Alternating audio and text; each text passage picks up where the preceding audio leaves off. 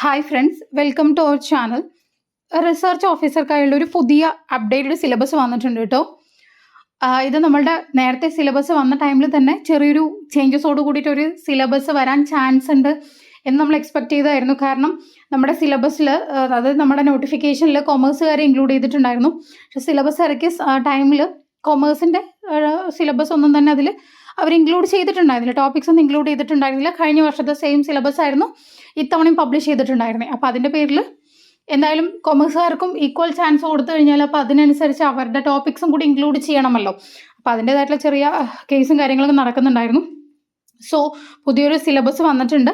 അപ്പോൾ ആ ഒരു സിലബസ് പ്രകാരം നോക്കുമ്പോൾ ഇതിൽ ഉൾപ്പെടുത്തിയിരിക്കുന്ന 4 സബ്ജക്റ്റുകാർ, അതായത് എക്കണോമിക്സുകാർ, മാത്തമാറ്റിക്സുകാർ, അതുപോലെ തന്നെ സ്റ്റാറ്റിസ്റ്റിക്സ്, അതുപോലെ കൊമേഴ്സ്. ഓക്കെ, ഇതിനെല്ലാം തന്നെ ഈക്വൽ ഇമ്പോർട്ടൻസോട് കൂടിയിട്ടാണ് പുതിയ സിലബസ് വന്നിരിക്കുന്നത് കേട്ടോ.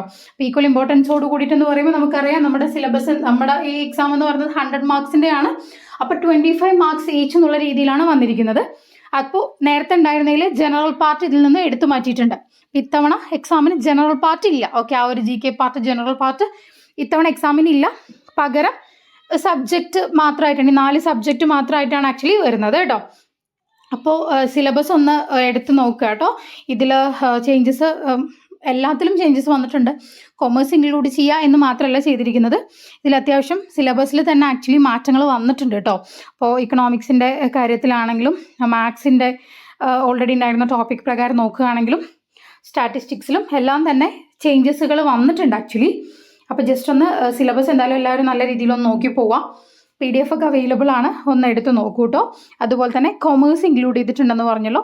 കൊമേഴ്സിലെ 10 മൊഡ്യൂളുകളായിട്ട് കൊമേഴ്സിൽ ഇൻക്ലൂഡ് ചെയ്തിട്ടുണ്ട്. അപ്പോൾ ഈ ഒരു പുതിയ അപ്ഡേറ്റഡ് സിലബസ് പ്രകാരമുള്ള കണ്ടൻറ്റും മറ്റു കാര്യങ്ങളും എല്ലാം തന്നെ ഉടനെ തന്നെ അപ്ലോഡ് ചെയ്യും.